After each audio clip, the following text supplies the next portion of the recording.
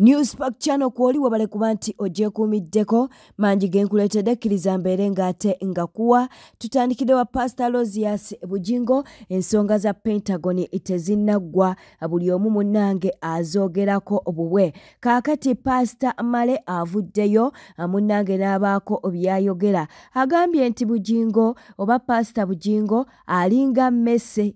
Lwaki agambye nti alinga Messe katubere nga tukuwa akatambi kano nabagamba nga Bujingo yakatandika ti Bujingo alinga Messe eruma bwefuuyirira ogenda okuzuukuka nti ekulumye nga kiri tuleta emmesse ogenda okutegera nti yakulumye ng'olaba bbwa na musaayi ne tusobola kuwulira ng'ekuluma ye Bujingo abantu tebasobola kulaba nti ababba paka nga ababbi mbuze ekira eriya bakyamuyita man of God. He's a man of God.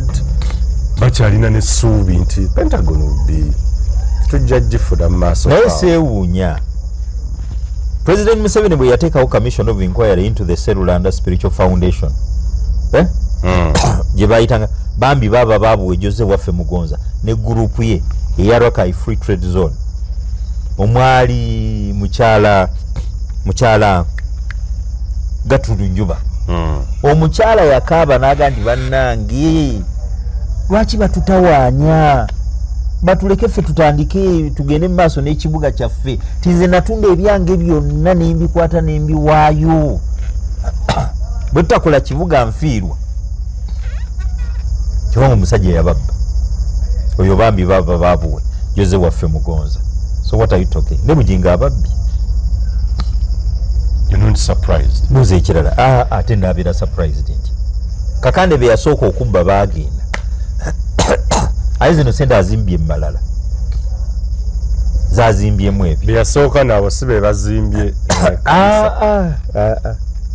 Video eno soko berengo jimpela like ate tuwerabira kuleka obubaka bwawo mu comment section n'okusubscribinga ku YouTube channel eno atera onyige akade ka notification. Kaakati no mu kibiina kya Nuupu munnange ebintu bya kaadi bitabukidde eddala buli omu kati ayagala ekifo kumpi buli omu ayagala kwesimbawo. Mujjukira Magala Wumalu munnange yali yeesimbyewo ku kifo kya Kawempe North ewali Honorable Segiri wabula Nuupu neetamuwa akaadi futso joyo goli mukulaba mu katambi ako kaakati no asaze eddiiro agambye kati alamuza kifo kya meeya w'e Kawempe. Oyinza okubuuza nti mu kifo ekyo mubadde yaani oba wabadde yaani wabaddeyo Meeya Sserunjogi gwe baagala okuba nti naate bajjayo. Meeya Sserunjogi naye munnange ayagala kukomawo ate era ayagala kugira ku kaadi ya Nuupu kaakati ate ne Magala Wumalu naye ayagala ekifo kyekimu ate nga tetwerabidde ne Latifu Sebagala naye ayagala ekifo kyekimu ekya Meeya. Twesange mu comment section gwe munnange oli wakuwaani singa obadde wa Kawempe wandibadde ani gwowa oba Nuupu ani gwebeewa kaadi ku kifo ekyo ekya Meeya w'e Kawempe. Bwe bitono bibiri katubere nga tukuwa Magala abeere nti naate ensonga zinazoogerako. Mukimanyi bulungi nnyo nti abantu b'e Kawempe beetaaga era bwe nzize okukola tulabye baganda baffe babaddewo basaabuze myaka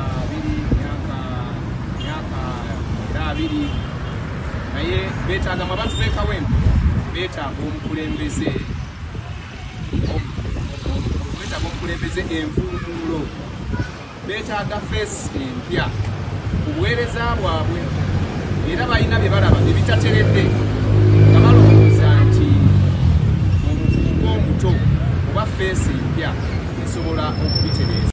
Bwe tweyongerayo munnange ensonga za Mufti Mubajje tezinnaggwa oluvannyuma lw'okuvaayo n'alyoka asaba gavumenti ebeere nga ewera TikTok kati nno ono bakyagenda mu maaso n'okuba nti nno bamusabula kw'ossa n'okumutemako omugambo wali wamuyise n'omusiyazi katubeere nga tukuwa obutambi buno.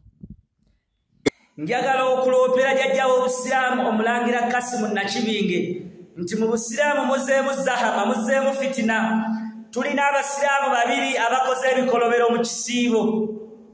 Tulina Sheikh Mufti Shabani Ramadhani Mubajje ng'oyo yali embizzi mu kisiibo.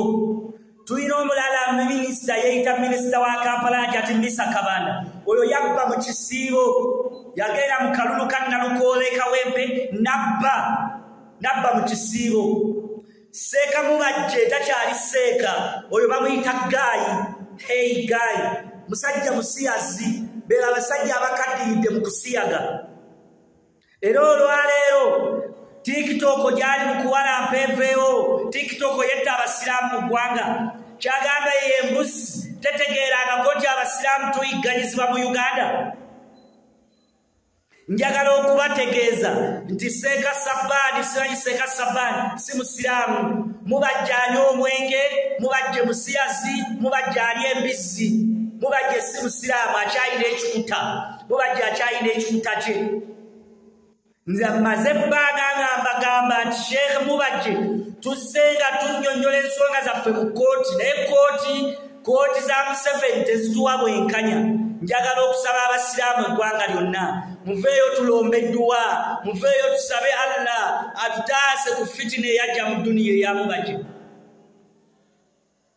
Wano wensinzira n'ensaba basheekhe abawalimu mu mizikiti yonna okulaba ng'ekkutuba zonna kati zirina kuba ku Seeka Mubajje n'okunnyonnyola ebintu byaffe eby'obusiraamu buli kimu kati twagala akikomyewo, buli kye yatunda twagala abeere ng'akikomyawo.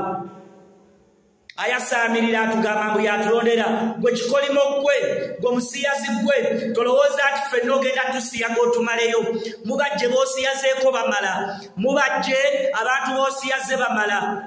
Mbuzi ggwe kikolimo ggwe kyana kya malaaya togenda kutumanyira obusiraamu si bwa jjajjaawo. Eno ddiini ya Allah, eno ddiini ya Allah. Tolowooza nti ogenda kukolamu by'oyagala. Mubajje n'akabondoko njagala okukugamba social media togenda kugisobola gijjawo, ekyo tebakulimba. Mubajje owalampe wekuba kuwalampa wawalampye ejjirikiti kuba otusanze tetulina byakukola tuli ba idola. Wakubye ejjinja mu njoki emirimu mwe mugirina otusanze tetulina byakukola kati tugenda kukolerako content paka woona dda biidhinillah oba mwaka gujja mu kisiibo n'okyusa mu bye wayogedde. Museveni gw'ogamba ye yaleeta TikTok mugamba agiggale.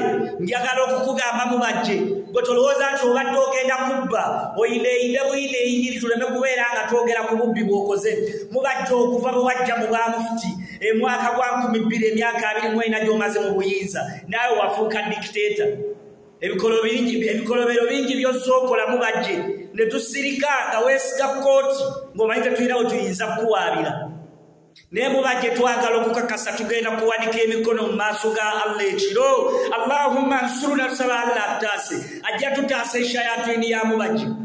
Era wano wembategereza nti omutwe gwa Mubajje guliko ejjana. Allah yagamba nti man maata duna maaliho mpaka yagamba nti yenna afa ng'alwana kulabanga eddiini ye eri yaquula rabbi Allah okubeeranga eddiini ye eyimirira waggulu fahuwa shahidi bw'afa ayingira ejjana. Olwaleero ye mufuti wa Moyo Shabani Mubajje ayimirira n'agamba nti nze akakiiko k'amajlisul ulama kangambye nziremu neesibewo ku baana b'obusiraamu abasomye obusiraamu nange kennyini obwa mufuti musobola nange njagala bwa mufuti naye kaakati Mubajje alemeddewo tukyalina kizibu kya kugoba Museveni ate kaakati tugasseeko ekizibu kya Mubajje. Naye wano osangamu n'abasiraamu abajega basheekhe abamu abaagala omuceere nga nabo bakyawagira Mubajje. Eyo embuzi shaitaani rajimu. Njagala okubasaba basheekha abo walimu wallahi nammwe ati kati nja kubatabukira. Temugamba Allah tatusomesangako Kulaani tebyogerangako bino. Mubajje ani amulayizanga buli mwaka. Buli kisanja bwe kikwako eky'emyaka 5 Mubajje ne yeerayiza. Buli kisanja bwe kikwako eky'emyaka 5 Mubajje ne yeerayiza. Mubajje ani amulayizanga.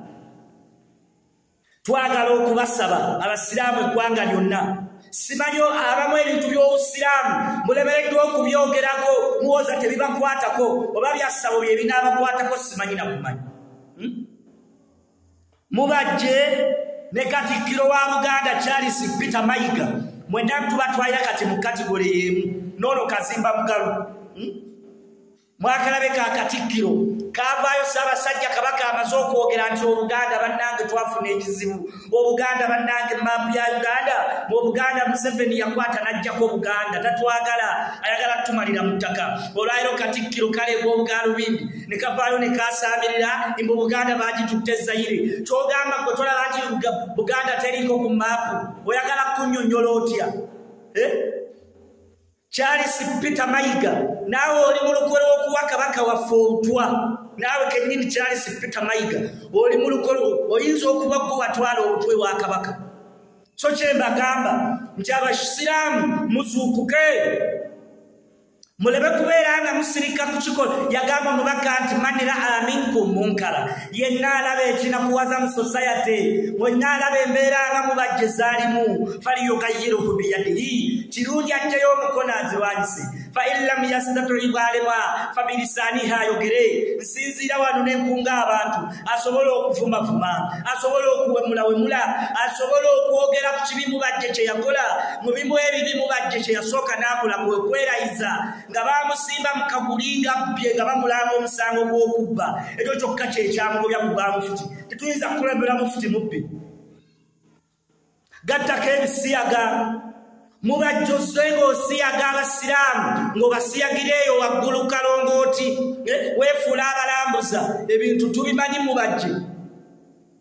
Ani akusinga okwawula yawula mu Basiraamu? Owooza nti twawula yawula mu Basiraamu? Mubajje wafuuka kikeme eri Obusiraamu bwa Uganda. Kyogamba mu Uganda mulina kubamba Obusiraamu bwe buto kirambika, tulina kuba ba mufuti 8. Kiri ku likodi ensi erimu ba mufuti 8 ye Uganda. Tulina Supreme Mufti, tulina simanya akulira Batabuliki naye yeeyita mufuti, tulina naawe gwe mufuti. Kakati nsi ekyo obwo bukyali Busiraamu. Shayatwini rajimu. Ani ayinza okwogera ku bino? Kale tujja kubyogera, kale batukuba amasasi, tulakisikana mu maaso ga Allah tumunyonyola nti twali tugenderera kulaba nga tusaanyaawo kibi. Mufuti mubajje kyogambe yatunda emaali y'Obuyisiraamu yava ku TikTok. Ekizibu kyatujjira kye kya TikTok kati kyonoonya abantu empisa tekuli kirungi. Waliwo yaŋŋambye nti bw'oyingira mu TikTok tovaamu, kubanga buli lw'obikkula bw'oti olaba kirala olaba kirala. Sheitani awo etuddewo nnyo awo mu TikTok.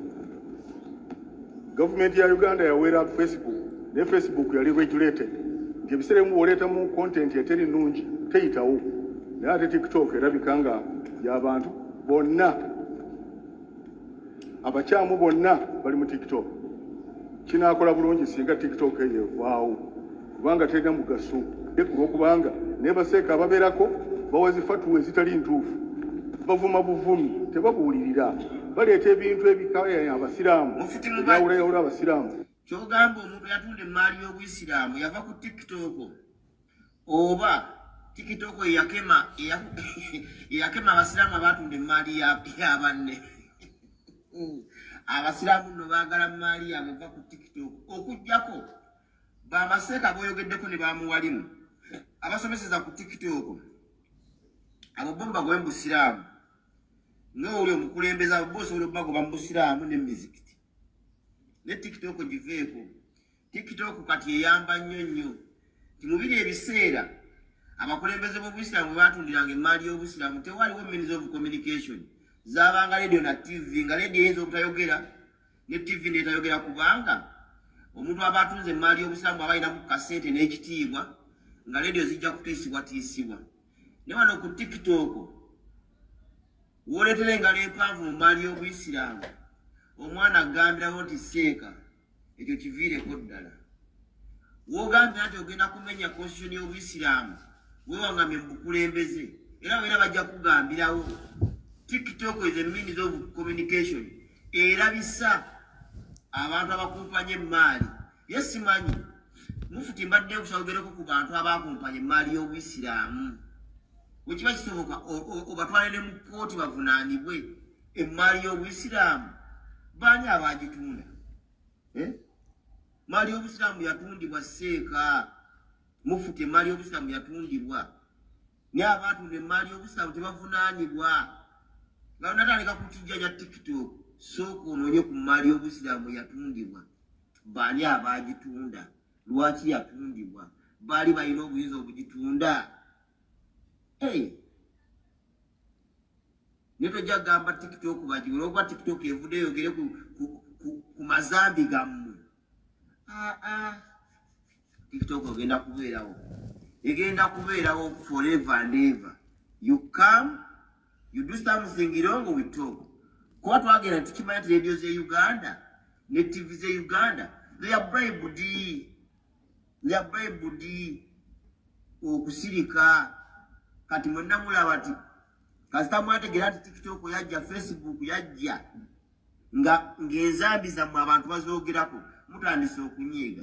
Temunnanyiiga nno twagala maali ya Buisiraamu. Mufuti bali kusaba abantu abatune maali y'Obusiraamu gwe ng'omukulembeze w'Obusiraamu watwale mu mbuga z'amateeka bavunaanibwe ne maali y'Obusiraamu eddizibwe. Ekyokubi tubadde kusaba osooka ogatta eddiini y'Obusiraamu ogatte ab'ekibuli n'ab'Odi Kampala bakwatagane. Zezo ensonga enkulu nga gwe omukulembeze w'Obusiraamu okugatta abasiraamu aba Odi Kampala n'ab'ekibuli bakwatagane kijja kusinga. Era bali kusaba oteese ne gavumenti n'abasiraamu abali mu makomera bateebwe gwe mulimu omukulu ddala okudda ku TikTok ogimalira ebiseera. Oba kyekyatabudde Spice Diana kw'ossa ne Uncle Chumi. Munange Uncle Chumi avuddeyo n'abeera ng'ate ayogera abaako by'ayogera mu bukambwe era mu busungu. Katubeere nga tukuwa akatambi kano. Akunta mu mutima gwange okola remix nakikolera Spice. Kuba maze ebiseera bingi nga nkolera Spice. Naye nga Spice tansiima ng'omuntu. Ate naye obutansiima ng'omuntu. Simunenya. Tulina emitima nga gigamba naye omuntu oyo si mutuufu.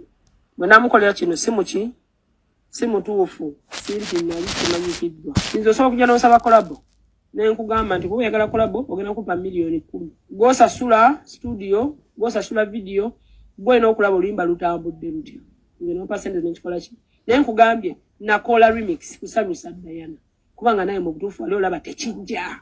Era bwe nali nkola oluyimba nagamba Mukama oba kirungi oba kibi nkusaba okikkirize ekikole kibeerewo. Njogera nnyo ne manager Lodge okusinga Diana. Kajojja wabaako ebigambo ebimu byaŋŋamba mukkiririzaamu ng'omuntu nemusamwisamu maaso ebintu byansi. Kubeera bwe nnyimba ne Spice mu bulamu nsobola okubeerawo ne mbasimbye naye era nsobola okubeerawo. Muze mukola abaana b'abanzi ebintu bingi naye nze ogenda kukoma. Kati komaawo nakoze akatambi ako wampuliddeko nga njogera ku Lodge simanyi erinnya lye olina kunkaka okulyogera.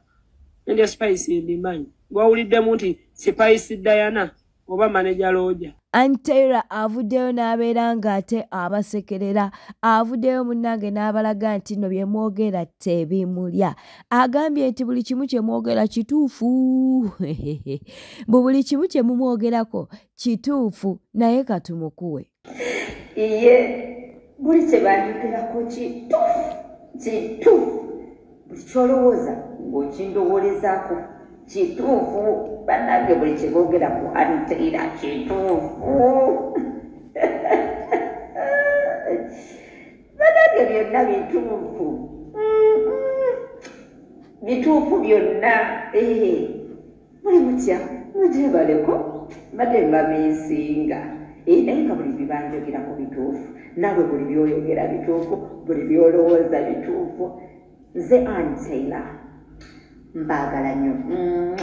Bwete etambudde obadde mulabi mulungi olekwekumira ku Newspack channel. Wekumire kweno yokka ssaawa yonna tuba tukutuusaako amawulire agatambuzibwa ku mutimbagano n'otambulira mu kumanya. Beera bulungi, weeraba.